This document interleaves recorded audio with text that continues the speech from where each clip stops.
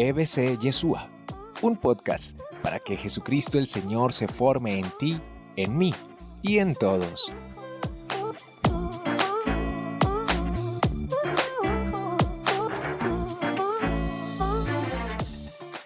La vida de uno se juega en el discipulado. ¿Cómo así? Cada uno de nosotros somos de tal manera que siempre nos estamos haciendo. Y esa realidad de siempre estarnos haciendo, como diría algún filósofo, somos, pero no nos tenemos.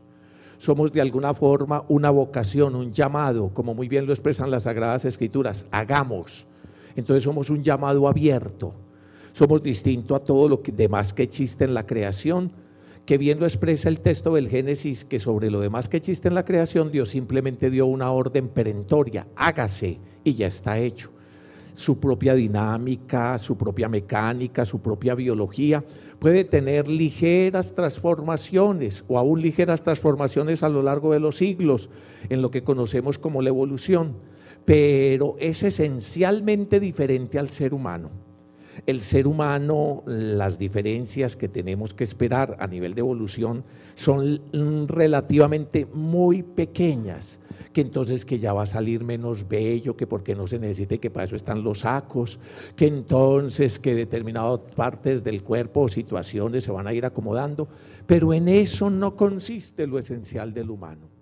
Lo esencial del humano está aquí, en esta capacidad de ser autoconsciente, en esta capacidad de persona, en esta capacidad de sueños, de proyectos, de relaciones con sentido, en esta capacidad de amar, en esta capacidad de ser y saber qué somos y de atrevernos a plantear proyectos.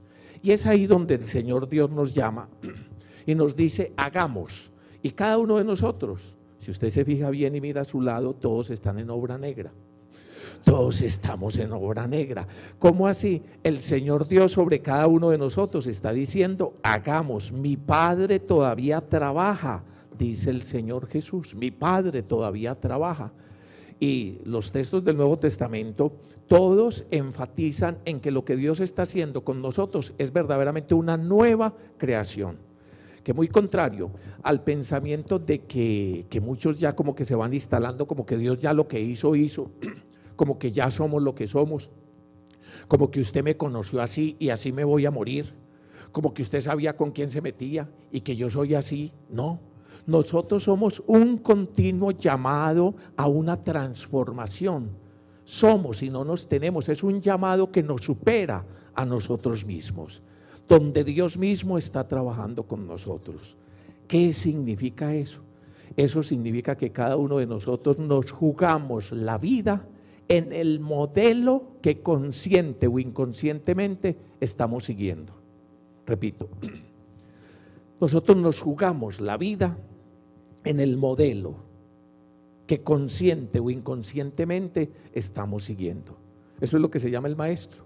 En todas las culturas tradicionales y milenarias, de las fuerzas que tuvo siempre sobre las nuevas generaciones, era el modelo de los ancianos, o era el modelo de los maestros, era el modelo de como quiera que uno se está haciendo, aún genéticamente está siguiendo un modelo heredado de sus padres, pero culturalmente y a nivel racional, uno se está haciendo conforme a modelos. Piensen si ustedes, nacidos en una tribu, distinta en la que nacieron, nacidos en una tribu aborigen, por allá, en el siglo X o en el siglo tal, entonces uno siguiendo los modelos de esa realidad y de esa cultura. Piénsense nomás, aún nacidos hoy, en otras culturas del Oriente, en otras culturas bien diferentes, aun cuando hoy, cada vez, como decía aquel teórico McLuhan, esto se ha convertido en una pequeña tienda, el mundo a través de los medios de comunicación, estamos cada vez más interconectados. Evidentemente que si usted hubiera nacido en determinadas zonas del África, en determinadas zonas del Asia, en determinadas zonas de Europa, en determinadas zonas Antártida o aquí, tanto de nosotros se debe a los modelos que consciente e inconscientemente aceptamos y en los que nos vemos sumergidos. ¿Para dónde va esto?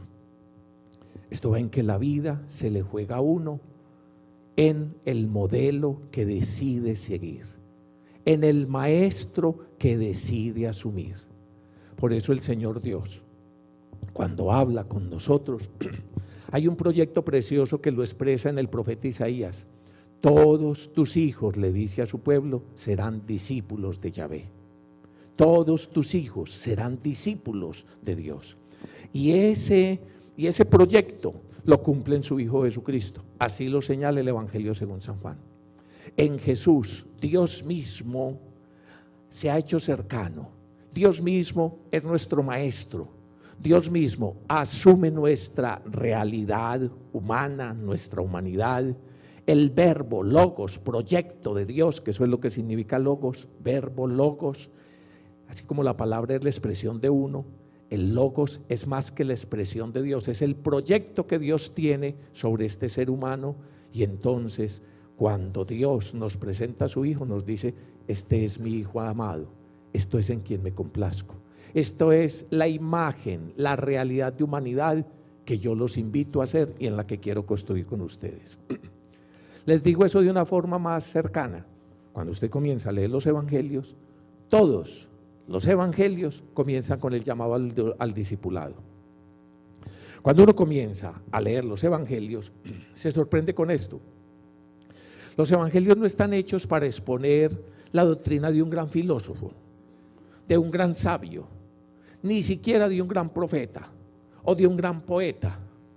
Entonces, cuando uno puede leer, por ejemplo, los proverbios, el eclesiástico, el eclesiastés, que recogen la sabiduría popular del pueblo, iluminado por la experiencia de Dios, son textos sapienciales, no está llamando urgentemente ni partiendo de la relación del que lo está diciendo con alguien concreto: sígame. No es lo que él está diciendo para alguien específico, sino unas cosas generales. Cuando se formula una poesía, por ejemplo un salmo, que es una poesía, o cuando se formulan tantas poesías, simplemente son una expresión de alguien, de una persona, un pueblo, que se expresa de una manera genérica. Cuando inclusive un profeta actúa, cuando uno lee a Jeremías, o cuando uno lee a los grandes profetas, también ellos son los naví, portavoces de la voz de Dios para todo un pueblo y para la humanidad en general. En cambio, cuando usted va a leer lo que tiene que ver con Jesús, antes de que empiece a hacer sus formulaciones, antes de que empiece el primero de sus 5 discursos, el sermón más importante, el sermón que llamamos del monte, antes de que empiece eso, ¿qué hace Jesús? Llama a personas específicas, con nombres específicos, con situaciones específicas, a ser discípulos. La vida se juega en el discipulado. La vida suya, la vida de todo ser humano, se juega cuando usted decide libre y conscientemente qué ser, cómo ser, qué llegar a ser. Y eso cada uno lo está decidiendo. Es más, usted en este momento, aun cuando quizás no lo haya hecho muy conscientemente, sus criterios fundamentales, sus decisiones, el tiempo que se gasta y cómo se lo gasta, el tipo de relaciones que vive, el tipo de trabajo, todo un montón de cosas lo están dirigiendo hacia algo. Lo están dirigiendo hacia algo que al principio se le presentó a usted como sus sueños, como sus metas, como sus proyectos. Pero ¿de dónde salió eso? Yo quiero ser en última instancia como aquel.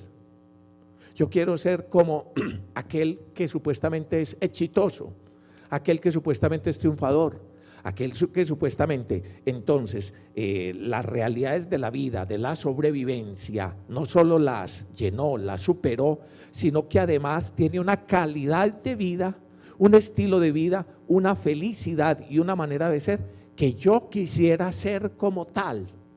Y detrás de la mentalidad, los sueños, proyectos y demás de uno, hay un cierto imaginario de cómo quiere llegar a ser, cómo quiere llegar a ser y hacia dónde está caminando para ser en esto como aquel, en esto como aquel, en esto como aquel. Eso más o menos se da de una manera inconsciente en la medida que la gente tenga menos formación. En la medida que la gente tenga menos claridad y autonomía, autónomos, claridad de ley sobre sí mismo, entonces los demás, los padres, la cultura, las circunstancias le dirigen la vida. Y hay unos que son cual cucarrón de invierno, de estos de por acá, de una pared contra otra, del muro contra el techo, hasta que finalmente quedan como quedan todos, boca arriba, allá boqueando, esperando a ver que alguno se acuerde de él y le dé una patada a ver si se le endereza la vida, pero no, generalmente así perecen todos y terminan diciendo tan de malas. No, es que yo he sido tan de malas en la vida. Imagínese que no supo nunca qué hacer con su vida. Imagínese que nunca supo para dónde ir. Imagínese que ya llegó ahí boca arriba esperando a morirse. Pero la vida del ser humano se juega en el modelo que escoge llegar a ser. Y eso es lo que se llama el discipulado. Y eso es lo que se propone en Jesucristo. Nosotros los cristianos asumimos un modelo consciente y libremente.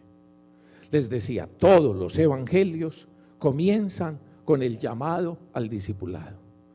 Ahora, va a empezar dentro de poco que Cuaresma, y va a empezar la Semana Santa, y después entonces seguirán las vacaciones, y después entonces que ya acabó el año, y después que volvamos a empezar, y después que tal cosa, y después que tal otra. Mire, ¿para qué van a celebrar miércoles de ceniza?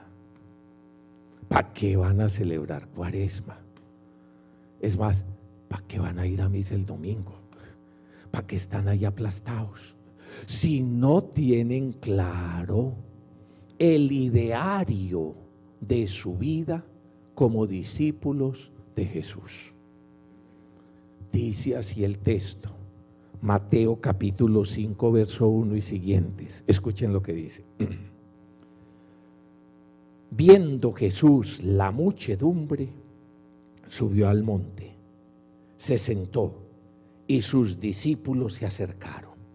Y tomando la palabra, les enseñaba diciendo, fíjese lo que dice, viendo Jesús la muchedumbre, primera categoría, multitud, Jesús subió al monte, se sentó, sus discípulos se acercaron y comenzó Jesús a enseñarles. Ese es el cuadro de la humanidad. Y todavía no aparecen otros personajes, los enemigos. Ante la persona de Jesús, todo ser humano y toda la historia ha tomado uno de esas tres posibilidades. Primero, multitud. Segundo, discípulos. Tercero, enemigos. Más adelante los evangelios nos hablarán de los enemigos de muerte que llegaron a aniquilar a Jesús. Ahora, ante Jesús aparecen estas dos categorías y de estas dos categorías quiero hablar hoy un poquito. En un primer momento, ¿quiénes están? La multitud. Muchachos, ¿para dónde va Vicente? ¿Para dónde va la gente? ¿Por qué? Porque hacia allá lo llevan sus necesidades. ¿Por qué? Porque hacia allá lo llevan la cultura. ¿Por qué? Porque hacia allá lo lleva la manada. ¿Por qué? Porque ser y vivir a contracorriente es muy berriondo. Inclusive porque si yo voy a hacer o a vivir contracorriente, tengo que dar razón de por qué o para qué. Por eso la multitud, ¿qué hace? Luchar por sobrevivir. Su Dios es el vientre, la necesidad. ¿Los guía quién? La necesidad, el vientre. Y las necesidades básicas que tanto los psicólogos nos han dado, nos han enseñado, nos han más que enseñado, evidenciado, desde las necesidades básicas del sustento, del alimento, del vestido, de la vivienda, de la salud, de la educación, de la recreación, y en eso se gasta la multitud. ¿Qué está haciendo la gente? Como muy bien lo sabían y lo ejercían el Imperio Romano y todos los dictadores, sabe que la multitud lo que busca es pan y circo, pan y circo. Con que tratara de alimentarlos bien y que les diera circo, con eso está la multitud. El problema de nuestros dictadores es que ni pan, ellos sí son un circo, pero la vida no se convierte realmente como en algo con sentido. ¿Y hacia dónde va la multitud? Las Sagradas Escrituras lo dicen expresamente. Cuando Jesús miraba las multitudes, así como cuando usted se pone a ver la gente que entra y sale del metro, o que entra y sale de un partido, o que a toda hora en estos tacos, en estas congestiones, ¿para dónde va la multitud? Luchando por sobrevivir. ¿Qué es lo que hace la multitud? Luchar por sobrevivir. Luchar por satisfacer esas necesidades básicas. Cuando Jesús miraba a la multitud, las veía con profunda compasión, o sea, le dolía el corazón. Las entrañas es la expresión que se utiliza para compasión, rajamín en hebreo y esplandizomai en griego. Las entrañas le duelen cuando ve la multitud. ¿Para dónde va esta mano de ciegos? Y entonces tal cual lo llegaba a decir, son ciegos detrás de ciegos para el mismo hueco y empujando. Así son. ¿Para dónde van? Sobreviviendo. ¿Y cómo terminan todos? Muertos. ¿Cómo terminan todos? Muertos. Supuestamente cumplieron sus sueños. ¿Cuál? El carrito y cambiar de carrito, el apartamento y cambiar de apartamento, y llegaban a tener casita, finquita y tal cosa. ¿Y cómo quedaron? Muertos. ¿Y para qué fue su vida? Para sobrevivir. ¿Y cómo terminaron? Muertos. Pataleando, luchando y chillando, cual marrano del 31, bregando a pasarla, y no llegaron al 1 de enero. Pero ustedes ya van para el miércoles de ceniza. Y por eso nos cuestionamos diciendo, hombre, ¿qué estoy haciendo con mi vida? ¿Para dónde voy? Discípulo de quién soy. Entonces la multitud se sigue rodeando y va en búsqueda de Dios, de un Dios de bolsillo. La multitud tiene un Dios de bolsillo, un Dios supermercado, un Dios que escampe cuando está lloviendo, que llueva cuando está haciendo verano, un Dios bombero que apague los incendios de su vida, un Dios tapahuecos que ante las dificultades y las circunstancias le permita pasar por encima de ellos. ¿Para qué? Es un Dios de bolsillo. Pero las preguntas fundamentales de la vida, más allá del sobrevivir diario, Rodrigo D., no futuro, comamos y bebamos que mañana moriremos. Esto es volador hecho y volador quemado. Entonces, más allá de esa sobrevivencia, no se la atreven a preguntar. Y ahí es donde actúa Jesús. La pregunta fundamental cristiana, como les he dicho muchas veces, es la pregunta por el sentido, es la pregunta por el para qué. La pregunta fundamental cristiana y lo que nos hace cristianos no es ni siquiera una moral, ni mucho menos unos ritos, ni muchísimo menos una mera institución eclesiástica. Eso no es lo que nos hace cristianos. Lo que nos hace cristianos es una manera de asumir la existencia con un determinado sentido. Repito, lo que nos hace cristianos, que es a la vez lo que nos hace humanos, porque en última instancia cristiano y humano no se diferencia. Es la pregunta-respuesta por el para qué último de la vida, el sentido de la existencia, el sentido de la existencia, el para qué último de la vida. Y ahí es donde Dios tiene una palabra para nosotros. Y ahí es donde Él tiene una palabra para nosotros. Él no tiene una palabra, no solamente, y me van a entender, no solamente en los milagros, que cuando esté enfermo entonces me sane, que cuando tenga un problema me vaya bien, que cuando tenga una dificultad venga y me empuje. No, porque si esa fuera la respuesta de Dios, realmente, me perdonan la expresión, no sirvió para nada. ¿Por qué? Porque todos terminaron muertos. Y hasta su amigo Lázaro, que hasta lo resucitó, lo único que hizo fue doble invitación a tinto. Porque yo no he vuelto a ver a Lázaro. Porque Lázaro se volvió a morir. Doble duelo, doble duelo. Pero los evangelistas son muy claros. Los evangelistas son muy claros. Que Dios acompaña y salva aún en todos esos momentos difíciles. Amén. Amén. Que Dios no nos deja solos, que Dios en medio de la soledad, en medio de la enfermedad, en medio del problema, podemos contar con Él y que Él es Yeshua, Yahvé salvando y Emanuel. Amén. Pero lo que es muy claro es lo que, por ejemplo, aparece supremamente luminoso en el Evangelio según San Juan. Todas esas intervenciones de Dios en nuestra vida son una mera semilla. San Juan, el último de los evangelios escritos, tuvo una repulsa expresa a utilizar la expresión milagros. San Juan nunca utiliza en su literatura, en su evangelio, la expresión milagro.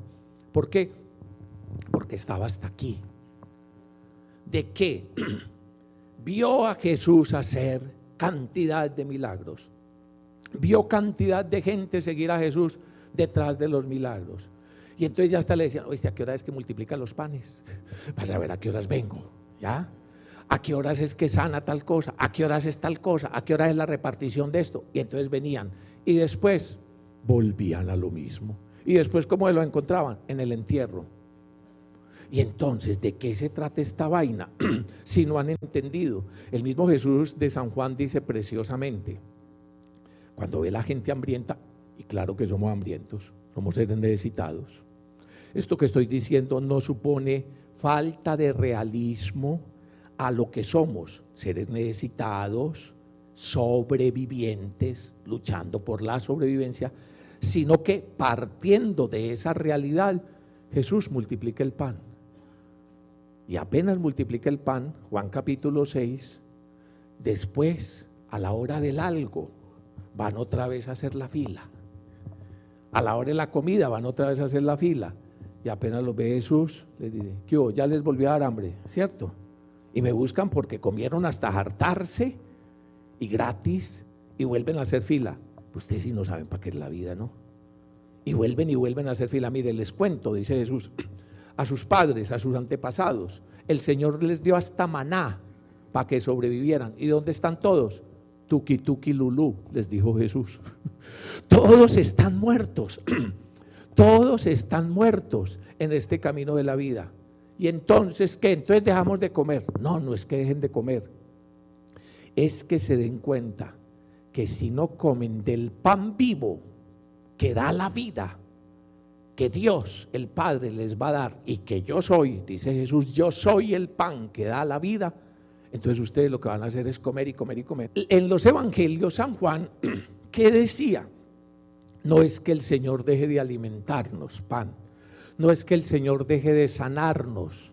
No es que el Señor deje de convertir el agua simplemente de el sobrevivir en el vino que es sabor y sabrosura de la vida, que es gozo de la existencia. No es que el Señor deje de darle la vista al ciego. No es que el Señor deje de hacer lo que nosotros llamaríamos portentos y milagros, y que San Juan se negó a llamarlos así. Lo que el Señor hace, dice, son semillas, señales que nos están indicando que la vida es para mucho más y que la solución está más allá.